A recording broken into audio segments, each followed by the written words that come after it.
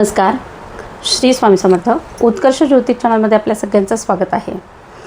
आजचा हा जो व्हिडिओ आहे तो अधिक महिन्याच्या अनुषंगानेच व्हिडिओ असणार आहे. आपण यापूर्वी जो व्हिडिओ बघितला तोही अधिक महिन्याच्या अनुषंगाने बनवलेला व्हिडिओ होता. त्या व्हिडिओमध्ये आपण जाणून घेतलं की अधिक महिन्यात कुठली कामं करावीत किंवा कुठली कामं अजिबात करू नयेत, या सगळ्याची माहिती आपण जाणून घेतली. आजच्या या व्हिडिओमधून अशीच एक छानशी माहिती आपण जाणून घेणार आहोत, जी माहिती अत्यंत उपयोगी आहे आपल्या जीवनामध्ये. ज्या काही अडीअडचणी असतात त्या अडचणींवर मात करण्यासाठी अतिशय महत्त्वाची अशी ही माहिती आहे. अधिक महिना तसं म्हटलं तर त्याला पुरुषोत्तम मास म्हणतात, त्याचबरोबर मलमाससुद्धा म्हणतात. मागच्या व्हिडिओमध्ये अधिक महिना कसा येतो याबद्दल आपण सविस्तर चर्चासुद्धा केलेली आहे. तर हा जो अधिक महिना आहे, या अधिकाच्या महिन्याचं अधिक फळ कसं मिळतं, अधिक फळ मिळावं यासाठी आपण काय केलं पाहिजे, कुठल्या उपासना केल्या पाहिजे, कुठल्या सेवा केल्या पाहिजे, कुठल्या दैवतांचं पूजन केलं पाहिजे, याबद्दल माहिती आपण येणाऱ्या सगळ्या व्हिडिओमधून जाणून घेणार आहोत. तर मग हा मलमास किंवा हा अधिक महिना किंवा याला आपण बोलीभाषेत जसं म्हणतो धोंड्याचा महिना, तर हा धोंड्याचा महिना समर्पित आहे भगवान श्रीहरी विष्णूंना आणि माता लक्ष्मीला. आणि म्हणूनच तुमच्या जीवनात ज्या काही अडचणी आहेत त्या अडचणींवर मात करण्यासाठी काही विशिष्ट सेवा या महिन्यात केल्या जातात. त्या सेवांमध्ये प्रामुख्याने केली जाते ती सत्यनारायण पूजा. मग ही सत्यनारायण पूजा किती दिवस करावी, कशा पद्धतीने करावी, हिचे नियम काय आहेत, कशा पद्धतीने केल्यानंतर त्याचे फायदे होणार आहेत, त्याचबरोबर ही जेव्हा आपण सेवा करणार आहोत ती सेवा केल्यानंतर किंवा सत्यनारायण पूजन केल्यानंतर कुठली स्तोत्रमंत्र म्हणावीत किंवा पठण करावीत, ज्यामुळे आपल्याला त्याचे फायदे होणार आहेत. बरं, आता ही सत्यनारायणाची पूजा आपण संकल्पाने काही ठराविक दिवसांपर्यंत करू शकतो. मग ही काही ठराविक दिवसांपर्यंत केलेली जी पूजा आहे, या पूजेच्या अनुषंगाने आपल्याला जो काही लाभ होणार आहे तो लाभ कशा स्वरूपाचा असणार आहे. तर आपण ही सत्यनारायण पूजा जशा पद्धतीने दर महिन्याच्या पौर्णिमेला करत असतो लक्ष्मी प्राप्तीसाठी, तर तशाच पद्धतीने ही सेवा आपण या अधिक महिन्यातसुद्धा करणार आहोत. अधिक महिन्यात सेवा केल्यामुळे आपल्याला लाभ कोणते होणार आहेत, तर माता लक्ष्मीची कृपा आपल्या कुटुंबावर कायम असणार आहे. त्याचबरोबर भगवान श्रीहरी विष्णूचे सुद्धा आपल्याला आशीर्वाद मिळणार आहेत. तर ह्या महिन्यात जे कोणी सत्यनारायणाचं पूजन करतं, अखंडपणे ठराविक दिवसांपर्यंत संकल्पाने पूजन करतं, तेव्हा त्या व्यक्तीच्या डोक्यावर जर कर्ज असेल, त्या व्यक्तीला आर्थिक संकटातून बाहेर निघण्यासाठी कुठल्याही प्रकारचा मार्ग सापडत नसेल, तर तो मार्गसुद्धा या पूजनाच्या माध्यमातून सापडणार आहे. मग आपण म्हणू की एखाद्या व्यक्तीच्या डोक्यावर एवढं कर्ज झालेलं आहे, त्याला आर्थिक अडचणीतून मार्गच निघत नाही किंवा त्याला रोजगार काही प्राप्त होत नाही, नोकरी व्यवसायासंबंधित त्याला अडचणी आहेत, तर ह्या अडचणींमधून जर तुम्ही हे सत्यनारायण पूजनाचं व्रत केलं तर ह्या व्रताने फक्त जादूची कांडी फिरावी अशा पद्धतीने काही फरक पडणार आहे का, तर तसं नसून आपल्याला या सेवेच्या माध्यमातून फायदा होऊन नवीन नवीन मार्ग सापडतील आणि आपल्याला आपल्या जीवनात असलेल्या अडचणींमधून बाहेर पडता येईल. मग कशा पद्धतीने केले जावं हे सत्यनारायण पूजन, याचा संकल्प कसा करावा, किती दिवस पूजन करावं आणि पूजन कसं करावं, पूजन केल्यानंतर कुठले स्तोत्रमंत्र म्हणावेत, या सगळ्याची इत्थंभूत माहिती आजच्या या व्हिडिओमधून आपण जाणून घेणार आहोत. मात्र त्यासाठी व्हिडिओ शेवटपर्यंत आवर्जून पाहायला हवा. त्याचबरोबर जर अजूनही आपण उत्कर्ष ज्योतिष चॅनलला सबस्क्राईब केलं नसेल तर तेही करा आणि हो, व्हिडिओ आवडला तर व्हिडिओला लाईक आणि शेअर करायला सुद्धा विसरू नका. तर मग चला जाणून घेऊया या सत्यनारायण पूजनाबद्दल विशेष माहिती. तर या अधिक महिन्यामध्ये किंवा या धोंड्याच्या महिन्यामध्ये आपण जी काही सेवा उपासना करत असतो ती सेवा भगवान श्रीहरी विष्णूंना समर्पित असते. त्यात माता लक्ष्मीचंही पूजन आपोआपच होत असतं. या सत्यनारायण पूजनाचं ही महत्त्व असंच आहे. या पुरुषोत्तम मासाला खरं तर मलमास म्हटलं जातं किंवा या मासाला म्हटलं जातं धोंड्याचा महिना किंवा अधिकाचा महिना. जो कोणी सेवा या अधिकाच्या महिन्यात अधिक सेवा करेल त्याला अधिक फळ मिळेल. म्हणूनच या महिन्यात सेवा करण्याला विशेष महत्त्व आहे. त्याचबरोबर तुम्ही जर भगवान श्रीकृष्णांची सेवा या महिन्यात करत असाल तर ती सेवा लवकर फलद्रूप होते. मग भगवान श्रीकृष्णांची सेवा कुठली करावी, कशा पद्धतीने करावी ते सुद्धा आपण पुढच्या व्हिडिओमध्ये नक्कीच बघूया. पण त्यापूर्वी आपण आत्ताच्या व्हिडिओमध्ये सत्यनारायण पूजनाबद्दल माहिती जाणून घेतोय, तर त्याबद्दल पुढे जाऊया. सत्यनारायण पूजन जे आपण पौर्णिमेला जशा पद्धतीने करत असतो त्याच पद्धतीने ही सत्यनारायण पूजा आपण करणार आहोत. मात्र ही सत्यनारायण पूजा आपण करत असताना प्रदोष काळी सत्यनारायण पूजन करायचं आहे, आपण ठराविक दिवसांसाठी पूजन करायचं आहे. म्हणजेच तुम्ही जो संकल्प करणार आहात त्या संकल्पामध्ये आपण किती दिवस पूजा करू शकतो याचा उल्लेख करावा, संकल्पात उल्लेख करावा. म्हणजे जर तुम्हाला शक्य असेल तर तुम्ही 5 दिवस, 7 दिवस, 21 दिवस, 11 दिवस या पद्धतीने सत्यनारायणाचं पूजन करणार आहात. म्हणजे अधिक महिन्याच्या अनुषंगाने तुम्हाला साक्षात पुरुषोत्तमाचा म्हणजेच भगवान श्रीहरी विष्णूंचा एवढ्या दिवसांपर्यंत सहवास लाभणार आहे.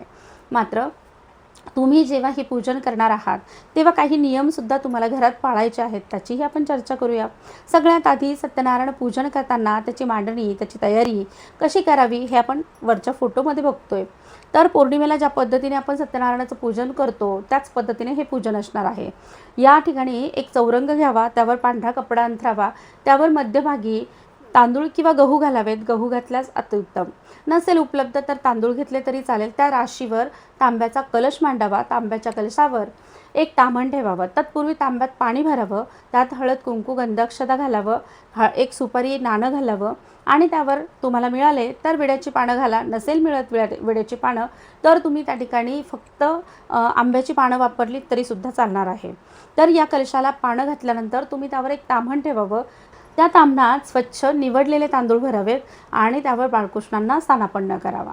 आता ह्या कलशाच्या समोर तुम्हाला जोडपान उपलब्ध असेल तर जोडपानावर 3 सुपाऱ्या मांडा, किंवा जोडपान जर तुमच्याकडे उपलब्ध नसेल तर तुम्ही साधं तांदळाच्या पुंजक्यावर जरी 3 सुपाऱ्या मांडल्यात तरीसुद्धा चालणार आहे.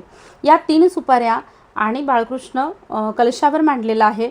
या पद्धतीने साधी सोपी पूजा असणार आहे. फक्त या पूजेत या कलशाच्या शेजारी आपल्या उजव्या हाताला श्रीयंत्र जरूर मांडावं, कारण माता लक्ष्मीचं आसन असलेल्या या यंत्राचं पूजनही तितकंच महत्त्वाचं आहे. म्हणजे नारायणांच्या पूजनासोबत श्रीयंत्राचं पूजनसुद्धा आपल्याकरवी होणार आहे.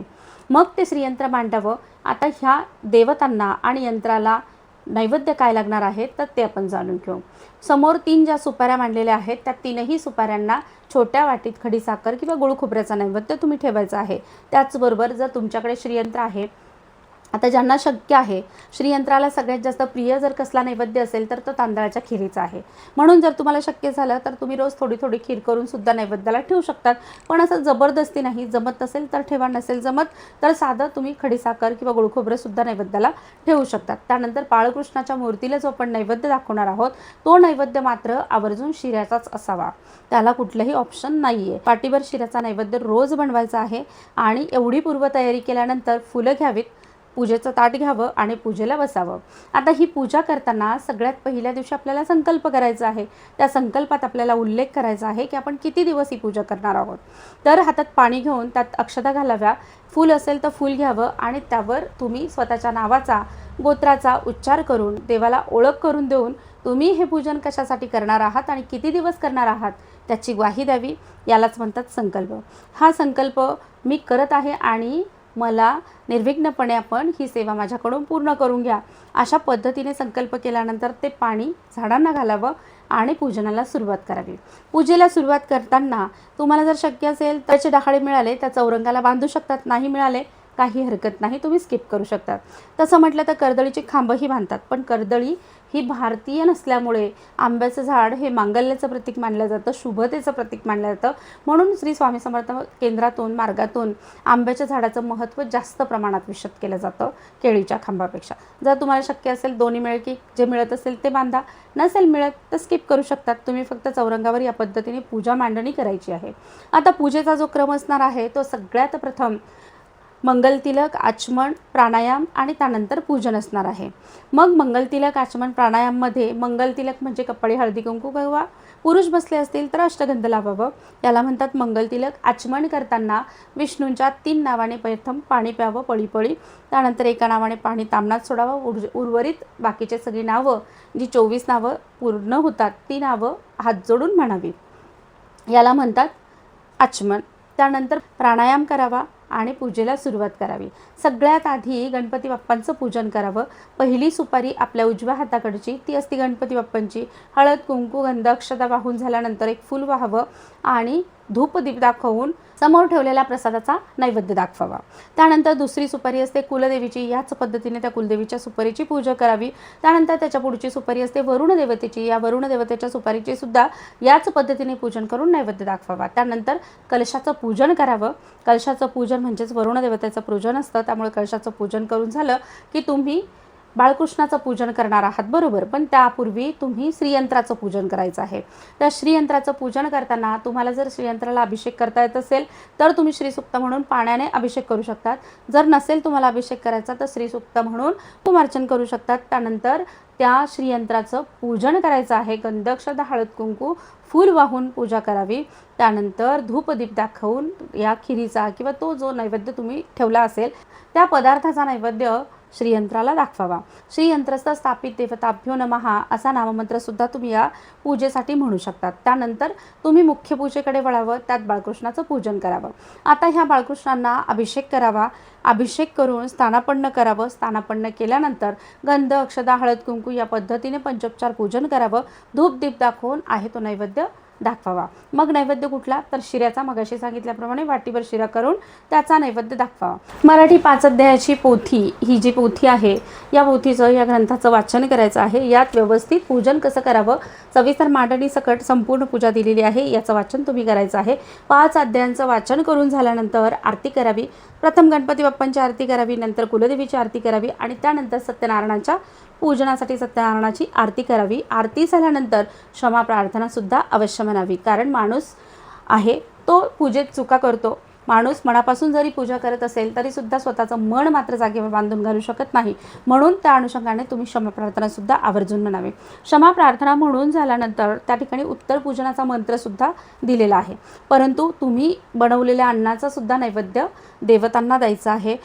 समजा तुम्ही 21 दिवसाच्या पूजनाचा संकल्प केलेला आहे आणि हे पूजन तुम्ही 21 दिवसासाठी रोज करणार आहात। मग जर रोज पूजा मांडणी करायची आहे, रोजच सत्यनारायण पूजन करायचं आहे, तर त्याचं स्वरूप कसं असलं पाहिजे हे सगळ्यात आधी जाणून घेऊया। 21 दिवस रोजची पूजा आपण जी करणार आहोत त्या पूजेचं स्वरूप असं आहे की तुम्ही जी पूजा मांडणी केलेली आहे रोज प्रदोष काळात संध्याकाळी पूजन होणं अपेक्षित आहे। थोडाफार वेळ इकडे तिकडे झाला तरी काही हरकत नाही, मात्र शक्यतो प्रयत्न असाच करावा की रोज प्रदोष काळात संध्याकाळी लक्ष्मीनारायणांचं पूजन आपल्याकडून व्हावं, सत्यनारायणाचं पूजन आपल्याकडून व्हावं। तर मग हे जे पूजा मांडणी केलेली आहे रोज संध्याकाळी पूजा मांडणी व्यवस्थित करावी। पूजा मांडणी केल्यानंतर संपूर्ण पूजन करावं, कथा वाचून आरती करावी। आरती झाल्यानंतर जेवणाचा अन्नाचा घरात बनवलेला नैवेद्यसुद्धा देवतांना द्यावा आणि त्यानंतर दुसऱ्या दिवसापर्यंत ती पूजा तशीच ठेवावी। दुसऱ्या दिवशी सकाळी तुम्हाला वाटत असेल तर त्या पूजेचं विसर्जन करावं आणि पुन्हा नव्याने संध्याकाळी पूजनाची मांडणी करावी। यातही मतमतांतर आहे। काही जाणकार लोकांच्या मते ही पूजा तशीच मांडलेली असावी आणि जणांच्या मते ही पूजा रोजच्या रोज काढून घ्यावी, रोज विसर्जन करावी आणि मग नव्याने पुन्हा मांडून त्याचं पूजन करावं। तुम्हाला जे सोयीस्कर वाटेल त्या पद्धतीने तुम्ही ते पूजन करू शकतात, पण मला असं वाटतं की ही पूजा करताना रोजच्या रोज पूजन मांडावं, रोजच्या रोज ती पूजा काढून घ्यावी आणि मग पुन्हा नव्याने दुसऱ्या दिवशी ती पूजा मांडावी। अशा पद्धतीने केल्याने तुम्ही 21 दिवसाचा संकल्प पूर्ण करू शकतात किंवा 21 सत्यनारायण पूजन सुद्धा तुमच्या घरात होऊ शकतात। 12 महिन्यातनं 12 पौर्णिमांना आपण पूजा केल्याने आपल्याला जे काही सुबत्तता आपल्या घरात मिळते तेच सुबत्तता, इवन त्यापेक्षा जास्तच पॉझिटिव्हिटी आपल्या घरात या माध्यमातून येणार आहे। कारण हा जो मलमास आहे, हा जो पुरुषोत्तम मास आहे, हा मास दर 3 वर्षांनी येत असतो, म्हणून पुन्हा ही संधी मिळणार नाही, म्हणून या संधीचं आपण सोनं करायला हवं आणि या प्रकारे ही संधी समजून तुम्ही हे सत्यनारायणाचं पूजन अवश्य करून पाहावं। हे संकल्पाने सत्यनारायण पूजन तुम्ही घरी करणार आहात तर मग सगळ्यात आधी तुमच्या घरात अन्नाची शुचिर्भूतता असावी। म्हणजे काय असावं, मद्यपान मांसाहार या कालावधीमध्ये घरी करू नये। खरं तर अधिक महिना अत्यंत पवित्र महिना मानला जातो आणि या महिन्यामध्ये दान पुण्यकर्म करण्याला विशेष महत्त्व आहे। त्यामुळेच या महिन्यात कुठल्याही प्रकारे बऱ्याच घरांमध्ये, बऱ्याच कुटुंबांमध्ये मांसाहार केला जात नाही, तो नसावाच। जर तुम्ही देवतांना आवाहित करून सत्यनारायणाचे पूजन करणार असाल, रोजच्या रोज तुम्ही देवतांना जर आवाहन करून घरात स्थापन केलं असेल तर त्या देवतांना अन्नाचा नैवेद्यसुद्धा देणं तितकंच गरजेचं आहे। म्हणून ही सुधारणा करावी की आपण जरी सत्यनारायणाला बाळकृष्णाला शिऱ्याचा नैवेद्य देतो तरीसुद्धा त्यानंतर अन्नाचा नैवेद्य, जेवणाचा नैवेद्यसुद्धा अवश्य द्यावा। यथा देहे तथा देवे या उक्तीप्रमाणे देवतांनाही अन्नाचा नैवेद्य असावा। एवढंच या ठिकाणी सांगेल. त्यानंतर ब्रह्मचर्याचं पालनसुद्धा या सत्यनारायण पूजा कालावधीमध्ये किंवा अधिक महिना संपूर्णतः ज्याला शक्य असेल त्यांनी ते पाळलं तर अतिउत्तम असेल. तर मग आजच्या या व्हिडिओमधून आपण जाणून घेतलं की सत्यनारायण पूजन कसं करावं, या सत्यनारायणाचं पूजन करताना संकल्पयुक्त पूजन कसं करावं, किती दिवसांचा संकल्प करावा, 5 दिवस, 7 दिवस, 21 दिवस किंवा पूर्ण महिन्याभर 31 दिवसाचा सुद्धा तुम्ही संकल्प करू शकता. तर मग